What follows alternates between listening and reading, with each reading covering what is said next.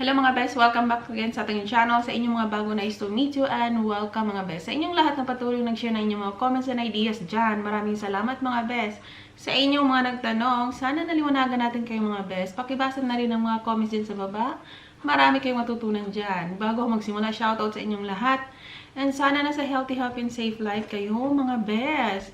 Magpasalamat tayo sa Diyos sa lahat ng mga blessings na meron tayo at humingi tayo ng tawad sa ating mga kasalanan at sana magbabalik na sa normal ang buong mundo at gagaling na ang mga nagkasakit at wala nang magkasakit pa at sana mahanapan na ng tamang gamot in Jesus name. Amen. Salamat tayo lahat, best. Ito mga ukay-ukay, pasalamatan din natin to. Yung mga konting kaligayahan ng lola nyo, mga ukay-ukay factor. Hindi nyo naman kailangan bumili ng mamahalin, best. Ito mga suot ko, mga ukay-ukayan, best. Yung mga babaeng medyo mapera, tapos nagsawa na, binenta na nila, at saka halos ibigay na lahat. Mga ganun. Halimbawa, yung nakita mo sa okay, ganyan lang, tapos pagdating mo sa bahay nila, ang daming dinagdag. Ganun. So, amen! Na okay factor. Shoutout sa mga okay lover. May ganun. Shoutout sa inyong lahat mga best. At saka, diretso na tayo magbasa ngayon. Yung kapatid natin na may kunting suliranin. May ganun. So, pero pipick up ako ng mga nagko-comment sa inyo. Nagagawin ko ng video talaga. At saka, at the end of the video, magbabasa ka ng mga comments nyo, best. Pero tanghali na dito, best. Tinanghali ang lola nyo. Natulog kasi uli. Bago sila magkarambula dyan. Bago gising yung mga anakers. So, magbabasa ako. Diretso na ako magbabasa sa konting suliranin ng ating kapatid na si wag na natin banggitin yung name, best. For the privacy. Ganun. So, hala, parang manok lang tumutak. Tak. Dito umaga. Minsan, hinahinang mo si Sabado ngayon. Nandito yung mister ko. Maagang gising. Kasi, paunahan ng mga tao ngayon, best. Paunahan sa groceries. Bawa, nag-iisip ka ng maaga, meron pala ibang nag-iisip mas maaga din. So, ngayon, imbis na maaga kayo, marami pa rin kayo. Kasi pareha kayo ng isip eh. Ganun. So, hi, hello. Good day. Isa ako sa mga subscribers ninyo. Palagi ako nag-follow sa mga videos ninyo. Meron lang ako itatanong. I am 61 years old at my ka-elder are from USA. At 65 years old na po siya. At mag 6 months na kami. May chance pa ba kami? May chance pa ba kami na mag-married dahil sa age namin? Marami sis. Dito nga, 80 years old, ginakasal pang saya-saya. Meron yan. Wala sa edad yung pagkakasal. Wala naman, hindi naman sinasabi ng pare na okay, sa simbahan hanggang 18 years old to 40 years old lang kakasal. On the rest, hindi na pwedeng kakasal. Walang sinabing ganyan sis. So, kahit ilang taon pa kayo, kahit 100 years old kayo sis, pwede kayong kasal. Nasa sa inyo na yan. Ganun. So, tuloy natin. May chance pa kami ikasal dahil sa mais namin. Sobra naman siyang sweet. Pinadalan ako niya ng money pag birthday ko. Congratulations sis. Party na tayo. Party. Ganun. So, pero hindi kasing laki. Okay lang yan sis. At least meron. At kung mag-argue kami, hindi siya mapalagay kung hindi kami magkaayos. Maghanap siya ng paraan. Sweet naman si Afam, ha? Consistent naman ang communication namin. Palagi siyang nagvi-video call. Chat, video message, kahit nag-work siya. Pagtulog niya, pagising niya, pati pupunta na siya sa trabaho niya.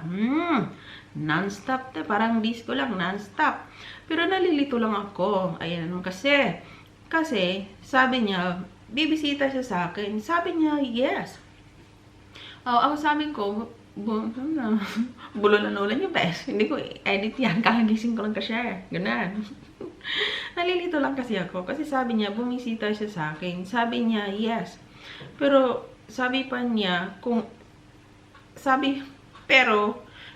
sinabi kung kailan. Kumbaga, hindi pa sinabi ni Affirm kung kailan. Kung kailan. Iso-surprise niya ako. Sa tingin mo, seryoso kaya siya? Pwedeng hindi, pwedeng yes. So, ganun. At sabi pa niya, kahit mag-asawa na kami, magtrabaho pa siya. Ha? 65 na siya? May posibilidad pa kaya na magkaasawa kami sa edad namin? God bless. Keep safe and your family. Naghihintay sa iyong sagot, Miss Aris. Lumabas ng Bisaya, best. Ganun. So, yung sitwasyon ng ating kapatid, yung mister niya, talagang mister na best. Naku, may future talaga, maging kayo. Yung lola niya, excited. Kumbaga, yung si Afam is 65 na. Ikaw naman is 61 years old. So, nasa tamang edad na talaga kayo mga best. Yung tatay, Diyos ko, best. Si Afam natin is 65 na siya. At interesado talaga siya. At saka, kung sa disco pa, non-stop. Non-stop yung mga message niya, mga lahat na ginawa ni Afam. Mapatunayan niya na talagang naka-full time na siya sa'yo. Seryoso yan si Afam mo. Huwag ka mag-alala. Kahit ilang taon kayo, isang 100 years old yung edad nyo, walang walang pag-alam ang mundo. Kakasal kayo hanggat gusto nyo, best. Marami dito niya matatanda na kinakasal. Kumbaga, yung mga iba na nasa home for the agent siguro, nagkain laban, so kinasal sila. Or so, anything yung halimbawa, nagkakilala sila noon, tapos hindi sila nagkatuluyan, tapos yung may edad na sila, matatanda na, nagkakilala ulit, yun. Napalunokan ulit. So, yun, sila, kinasal sila. So, walang problema yung edad nyo, best. Yung sabi mo, yung si Afam mo, tinanong mo kung bibisita ba siya or wala namang sinabi kung kailan. Kasi sabi ni Afam, bibisita siya sa'yo. Yun nga, gusto kanyang pakasalan. So, maaaring mangyari talaga yan, best. Pero wag ka masyadong magtiwala dyan. Kasi anytime, hindi natin alam. Medyo maedad ang lolo nyo. Pero sa mga edad na ganyan, sobrang matured na yan, best.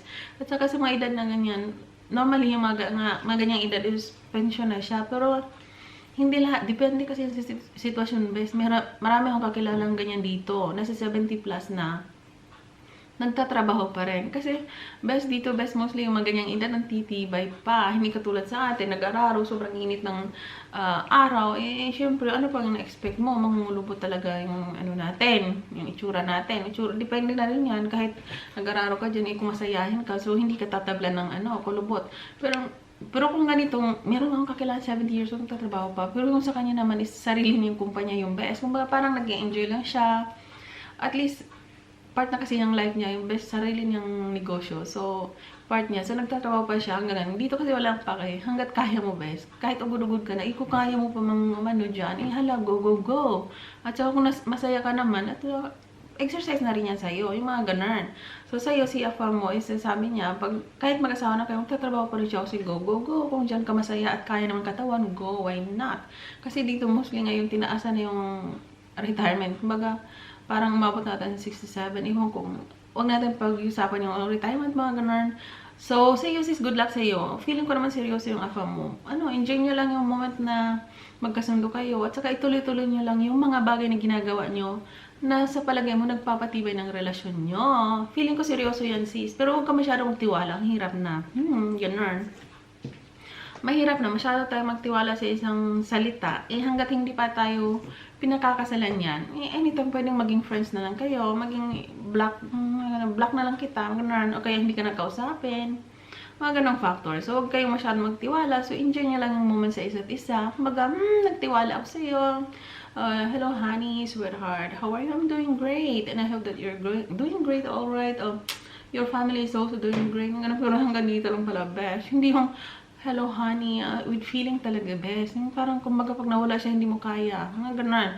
Pag tinuturuan mo yung sarili mo na hindi mo kaya mawala ang isang Afam sa'yo, ikaw din ang magdusan yan, best. Bakit? Ikaw ang pumili niyan eh. So, ngayon pa lang dapat matibay ka na. Palaban ka na. Kung ano yung pinakita mong sweetness sa Afam mo, ganun, huwag mo masyadong dibdibin. Bakit? Pag nagbago yun eh, sino masasaktan? Ikaw. Sino ba? Alam nga naman nanay, tatay mo. Ganun. So, talagang enjoy nyo lang yung moment nyo. Huwag kayong magmahal ng sobra-sobra. Magtiwala kayo at magmahal kayo ng konti. Ganun. Pero, wag yung buo. Kasi pag yung ang palagi kong sinasabi sa inyo, marami talagang nasasaktan. Bakit? Masyadong nagtitiwala sa simula pa lang. Porket sweet niya. Porket maitsura din siya. So, nagtitiwala kayo. So, pag nawala yan sa'yo, o wala ng time sa'yo, masasaktan kayo. Bakit? Pinili niyang masaktan. Bakit, besh? Hindi nyo kasi iniisip yung mga future na mangyayari. Ganun. Yung ano ko dito, bes, parang ano, hinahabol ng plancha. Kulubot, okay natin na sa tabi-tabi. Ganon. Inabutan ng kulubot. Naalala ko yung college ko, sabi ng security, "Hi ma'am, ingat po kayo." "Bakit po?" "Hinahabol po kayo." "Nung ano, wala naman po ibang tao." "Ay, plancha po." Plancha daw kasi napansin niya hindi ko na plancha yung uniform ko kasi nga mamadali, busy yung lola nyo. Yung college ko is working student, so minsan ko lang sa tulog, nag-aaral pa, tapos yun, ganun factor. So mga ganun, paano i-handle yung ganyan? Umagang-umaga ginaganyan kayo. Bes, totoo naman yung sinabi ng security guard. Alam nga naman sabihin niya "Ma'am, minsan nga binabaliktad minsan "Ma'am, ang ganda po ng damit niyo, ang ganda ng pagka-plancha Salamat utong-uto ka naman, nagtuwa ka naman." Mga ganun, depende yan paano sabihin. Pero yung sa security guard sabi niya, "Ma'am, hinahabol ng pala plancha daw humabol." "Sige, habulin niyo na ako, marami dito. Marami din, kahit ilang kayo maghabol sa akin, go, go, go." Wala, biro yung So, saan na ba tayo? So, magbabasa ako saglit na. So, good luck sa you, sis. Alam kong mahal ka ng AFAM mo, sis. Enjoy niyo lang yung moment nyo. Ituloy-tuloy, huwag ka lang masyadong magtiwala. Ipakita mo rin yung kung saan na in love sa'yo yung AFAM. Ituloy-tuloy nyo lang yon, ganun. So, good luck sa you, sis. Any amount na bibigyan ng AFAM, count yan, best. Kasi hindi natin mapulot yan sa tabi-tabi. Walang ibang tao na sabi niya, "Okay, go. Umulan ng pera, kunin niyo na." So, hindi nangyari yung ganyan. So, may padala yung AFAM mo. Kahit maliit yan, magpasalamat ka. Ganun yung mister ko dati. Malaman na lang, sabi, kunin mo dyan yung kunting amount, ganun. Kumbaga, besi ni lahat ng may AFAM pinapadala ng ganyan. So, pasalamat tayo. Amen. Ganun. So, magbabasa lang konting dito, bes. Yung bawat end ng video natin, magbabasa tayo ng konti kahit papano. Meron dito kay Sister P.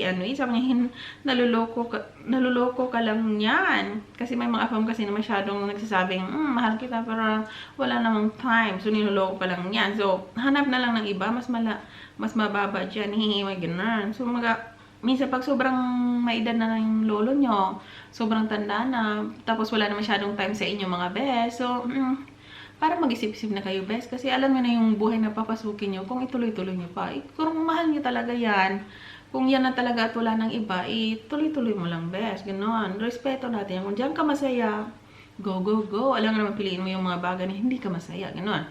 Kay Luzel Carrion, "I just met 1-2. So, 1-2-3, I just met 1-2. And we are getting each other now. He is into marriage also. I hope we will get so well as we continue getting to know each other." Ganon. Salamat, Luzel Carrion. Mangyayari talaga yung basta ituloy-tuloy nyo lang yung kung saan kayo tumitibay. Ganon.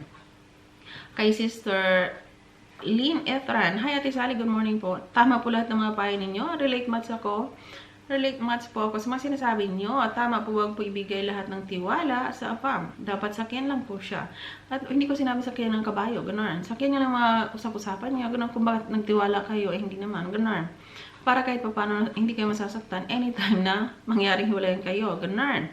So, dapat sakyan lang po siya at mahalin mas lalo ang sarili. Tama, bes. Mahalin nyo ang sarili nyo, bes. Hirap na. Lagi din po magdadasal para may gabay ni Lord sa mga pangarap natin. Keep safe po sa inyong lahat. God bless. Maraming salamat, sis. Ay kay Claire Barrett. "Hi, isa ako sa viewers mo at hangang-hanga ako sa mga advice mo. At marami akong natutunan." Maraming salamat, sis Claire Barrett. At saka kay Emeleta Gamutin. Emeleta Gamutin. Beshi, ganun talaga ang AFAM. May time nang hindi kami nag-video call, but anytime kung nasa bahay lang siya, talagang i-attend niya ang video call. Ako walang bawal sa amin at everyday nagchat-chat kami. They are hardworking and sometimes they went home late and tired, so no time na sa mga long conversation, but we always have time, equality time. Thanks. May ganon. Salamat sa iyo, Emelita Gamutin, sis. Mostly sa mga AFAM, bes, sobrang pagod yan sa trabaho, bes. Ang hardworking kasi, sobrang haba ng hours pagtrabaho. Pag uwi ng bahay, pagod na yan, bes. So, wag mo nang kulit-kulitin dyan. Kung ang buhay mo dyan ay sobrang dali-dali, nakaupo ka lang dyan, nakatunganga, nga. So, napakasarap ng buhay mo, bes. Sa mga AFAM, sobrang hirap ng dinusa nila. Trabaho sobrang haba. Ang aga-agang nagising. Tapos ikaw dyan, dapat sweet ka. Hindi yung, hello, what are you doing the whole day? I was so busy waiting here. I have so many messages to you. You never reply me. I never heard anything from you. Yung AFAM mo, bes, umalis ng alas 2 yan, alas 3 ng madaling araw. Nauwi yan ng alas 6 ng hapon. Ganun. Sobrang haba ng trabaho nila. So, pagod na pagod sila. Masakit yung katawan nila. Kailangan nilang masahe. Magaganda salita. Ikaw dyan, bunganga ka ng bunganga. Hindi mo nga alam yun. Ano pa na-expect mo, best? Wala na time sa yung AFA mo. So, dapat sweet kayo lagi at intindihin nyo na mostly sa mga AFA, sobrang hardworking yan. So, mahalin nyo yan at intindihin nyo yung mga bagay na gano'n. Ipakita nyo yung pagiging sweet nyo. Kahit paano, magiging vitamin kayo sa buhay niya. Bakit? Matutuwa sila sa inyo. So, dyan lang muna basahin ko mga best. So, ingat and God bless everyone. And thank you for watching.